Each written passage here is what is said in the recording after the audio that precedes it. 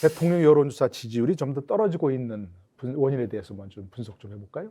일단 그 윤 대통령이 정치를 하시던 분이 아니지 않습니까? 네.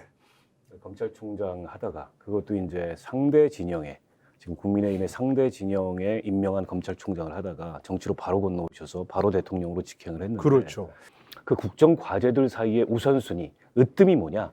이 정부의 제1의 국정 과제가 뭐냐? 지난 정부를 돌이켜 생각해 보면 일단 뭐 적폐청산 그게 옳든 그르든 가시적으로 딱 보이는 게 있었고 그 다음에 이제 남북 관계에 있어서 뭔가 새로운 어떤 반전을 한번 만들어 보겠다. 그럼으로써 이제 북핵 문제 또 네. 한반도 평화 문제 여기에 전기를 놓겠다 이런 게 뚜렷이 보였는데 이 정부 국정 과제가 도대체 뭔지 그 우선순위가 어떻게 됐는지 이런 게 솔직히 말해 잘 안 보입니다. 예. 이런 등등이 저는 겹쳐져서 초기에 이게 이제 뭐 이 국정에 있어서 어떤 포커스 이런 것들이 국민들한테 전달이 안 되면서 지지가 흩어지기 시작한 거 아닌가 이런 생각입니다. 네네. 허니문 시즌이라고 하는 이 시기에 이 정도 이제 상황이 왔다는 거는 대통령에 대한 전반적인 국민들의 느낌, 정책에 대한 체감도보다는 저분이 잘할 것이다라고 했으면 원래 지지했던 분들은 그대로 지지를 했을 것이고 특히 이제 민주당을 지지했던 분들 중에서도 중도층은 상당히 대통령에게 이제 지지율이 좀 이전이 되면서 지지율이 좀 높아지는 효과가 있었을 텐데 이게 지금 빠지고 있다는 겁니다. 그 다음에 남아있는 것이 민주당을 지지하지 않고 윤석열 정부를 적극적으로 지지했던 한 50% 정도의 지지층들이 현재의 상태를 유지시켜 줄 것이냐. 오늘 47%가 주는 의미는 네. 대선 과정에서 본인이 득표했던 득표율과 거의 비슷하다. 이 이야기는 이분들도 쳐다보고 있지만 빠지기 시작하면 우리가 상상도 못하는 상황이 벌어질 수도 있다. 지금 얘기하신 대로 위험 신호를 감지했다면 뭔가 지금 새로운 어떤 처방을 내놓든가 뭔가 지금까지 스타일에서 변화를 줘야 할 텐데. 근데 제가 좀 걱정스러운 거는 글쎄요, 제가 이제 외형상 느껴지는 그런 느낌을 가지고 너무 단언하는지는 모르겠으나 대통령 너무 눈에 힘이 들어가 있어요. 어깨에도 너무 힘이 들어가 있고 그러면 주변에서 말을 못 붙입니다. 집권 초기에 사실은 대통령한테 말 붙이기 쉽지 않아요. 어떤 정권에서든지. 그러나 정치를 오래 하면서 깊은 관계에 있는 사람들은 어쨌든 대통령한테 진언도 하고 직언도 한단 말이죠. 근데 그런 사람이 없어요. 네. 그런 사람들이 누가 있을까 이렇게 우리가 상상해 보면 결국에는 검찰에 있을 때 자기 참모들인데 네. 그분들도 로앤 오더에 익숙한 분들이지 이 협치와 소통에 익숙한 분들이 아니란 말이에요. 근데 지금 국회 상황을 보면 원구성 문제로 꽉 막혀 있지 않습니까? 물론 그거는 이제 상호 책임이 있어요. 어느 일방의 책임이라고 저는 보지 않습니다.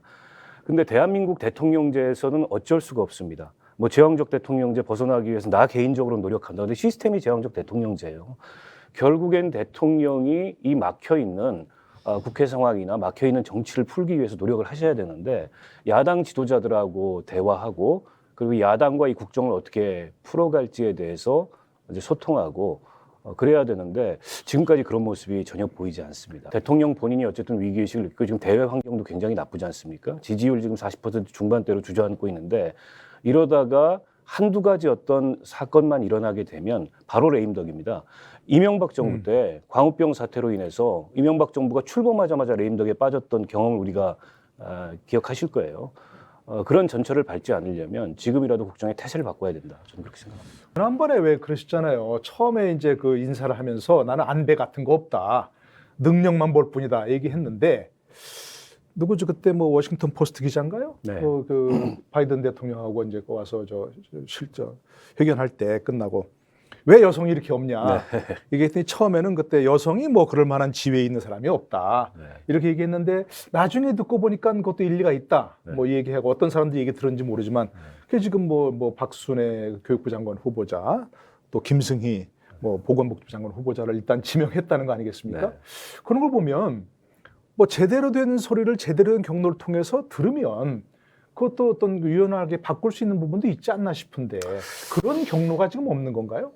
그 얘기를 워싱턴 포스트 기자 질문을 듣고서 네. 머리에 뭐 맞은 것 같은 느낌이었다. 그런 얘기 했잖아요. 라는 것 자체가 네. 굉장히 어이가 없는 거죠. 어떻게 보면. 그렇습니까? 내부에서 그런 진언조차 없었다는 것은 네. 사실은 지금 저 청와대 시스템이나 소통 구조 자체에 굉장히 문제가 있다고 생각하고 여당과의 야당은 둘째치고 소통 구조도 좀 문제가 있다고 보고요. 지금 이제 임기 시작한 지 뭐 60일이 채 안 됐지 않습니까?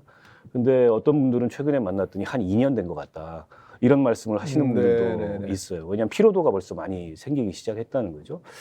그래서 저는 윤석열 대통령이 법도 좋고 원칙도 좋고 다 좋은데 일단 잠깐 멈추고 한번 지난 그 취임 때부터 지금까지 길게 보면 뭐 대선 이후부터 지금까지를 한번 돌아보면서 국정에 어떤 요소들이 부족하고 어떤 요소들을 보완해야 되겠는가라는 거를 네. 허심탄회하게 아까 이제 김대기 비서실장도 말씀을 하셨지만 가까운 이제 참모들하고부터 논의를 좀 하시는 게 어떨까. 이제 우리 보통 정치인들을 통해서 느꼈던 이런 감과 좀 달리 어떻게 보면 기업가 정신 또는 굉장히 좀 그 뭡니까 IT 뭐 신산업 이런 데 좀 네네. 적합한 요즘에 이제 시대적 트렌드와 맞는 이런 부분이 있기 때문에 네. 이런 부분은 충분히 활용을 해서 네. 단순화시키고 빨리 결정하고 속도를 높이는 이런 부분들은 충분히 본인의 캐릭터로서 갖고 있는 장점을 활용할 수 있다고 보는데 문제는 그 좋은 재능을 가지고 이제 거기에 입력되는 여러 요소들이 있지 않습니까? 뭐 바보 같은 짓이라고 원전에 가서 얘기를 해버리거나 대통령을 처음 해보는데 어떻게 뜨냐? 이제 이렇게 농담도 진담도 아닌데 사실 빼 있는 말을 그 단순한 언어에 넣어버림으로써 오히려 민심은 더 이반되니까 장점은 살리고 단점은 좀 걷어내는 이런 지혜로운 충고가 필요하다 이렇게 봅니다. 이게 그 대통령의 최근 말로 나온 게 경찰의 어떤 그 뭐 치안감 승진 문제가 조금 어긋났을 때 바로 대통령이 국기문란 이렇게 정의해버리면 그걸 다르게 누구도 정의할 수가 없잖아요. 사실 여당에서도 그렇고 행안부에서도 그렇고 국기문란이 돼버리는 거잖아요. 이게 그런 것도 있고 그 바보 같은 짓이야라고 해버리면 자격 문제에 대해서 누구도 그걸 다르게 정의할 수가 없어버리지 뭐란 말입니다. 그 대통령이 굉장히 가까이 다가와서 좋았습니다. 아이고 뭐 이웃집 아저씨 같은 대통령이 예. 엘리트이긴 하지만 그래도 매우 친근하게 오니까 좋네. 청와대 개방도 잘했다 이렇게 평가 내릴 수 있습니다. 그런데 그렇게 가까이 온 이웃집 아저씨 같은 대통령이 이제 무서워지기 시작하는 겁니다. 국기문란 이야기하죠. 전임 정부가 했던 것에 대해서 충분하게 논의하지 않고 바보 같은 짓이라고 규정을 해버리죠. 그러면 본인 안에서 단순화시키는 것이 사실 가까이는 왔지만 더욱더 무서운 대통령으로 이미지가 되니 국민은 이제 둘 중에 하나지 않습니까? 무서운 대통령 앞에서 뭐 경상도 사투리로 하자면 수구리 할 거냐. 이거 아닌데 나 이런 대통령 뽑은 사실이 없는데 하면서 저항감을 계속 키울 것이냐. 양자택일의 문제로 너무 빨리 국민들을 몰고 가고 있다. 이런 우려를 전하지 않을 수가 없습니다. 저는 그래서 이제 조언을 하자면 5년이라는 재임 기간 평생 대통령 할 게 아니지 않습니까? 나는 이걸 역사에 남기는 물론 이제 그것만 하고 나머지는 안 하겠다 이럴 수는 없는 거죠 국정이라는 게. 그러나 어쨌든 5년 동안에 이 정권이 뭔가 이 정권의 이 정말 힘과 역량과 뭘 다 해가지고 대한민국 사회에 여러 가지 문제들이 산적해 있는데 이것만큼은 내가 확고하게 진전시키겠다. 네. 그게 정치 개혁이 됐든 개헌이 됐든 혹은 남북 관계에 있어서의 뭐가 됐든 과거 대통령들을 돌아보면 그런 대목들이 있었어요. 이른바 이제 정치적 아젠다를 설정해야 그렇죠. 되는 김대중 거죠. 대통령 그래서. 같은 경우에는 어쨌든 이 한반도 평화 이게 이제 확고하게 젊은 시절부터 정치를 하면서 구상해 오셨던 거를 햇볕 정책을 통해서 실행에 옮겼고 노무현 대통령은 권위주의 청산하고 지역주의 청산하겠다 이런 게 있었고 이명박 대통령은 이른바 이제 경제 대통령으로서 물론 이제 그 뜻을 잘 필 수 없었죠. 2008년에 그 리만 브로더스 사태도 오고 경제가 굉장히 안 좋았으니까 저는 집권 초기에 그 핵심 어젠다가 서야 되는데 지금 보니까 그 어젠다가 대충 이제 감으로는 법치주의 확립 이런 것 같아요. 근데 법치주의라는 것은 저는 통치의 수단이고 방법이지 그 자체가 목적이 되면 굉장히 저는 국민들로부터 걱정을 많이 살 거라고 봅니다. 그런 면에서 봤을 때 법치주의 확립이라는 것은 검찰총장으로 법을 집행하는 집행자의 입장에서는 모르겠으나 그보다 지금 훨씬 더 복잡하고 다원화된 이런 갈등을 다뤄야 되는 정치의 영역에서는 그건 이제 수단이자 방법으로 생각해야 될 문제라고 보고 국정의 어젠다를 빨리 세우시라 목표를 이런 예. 말씀 드리고 싶습니다.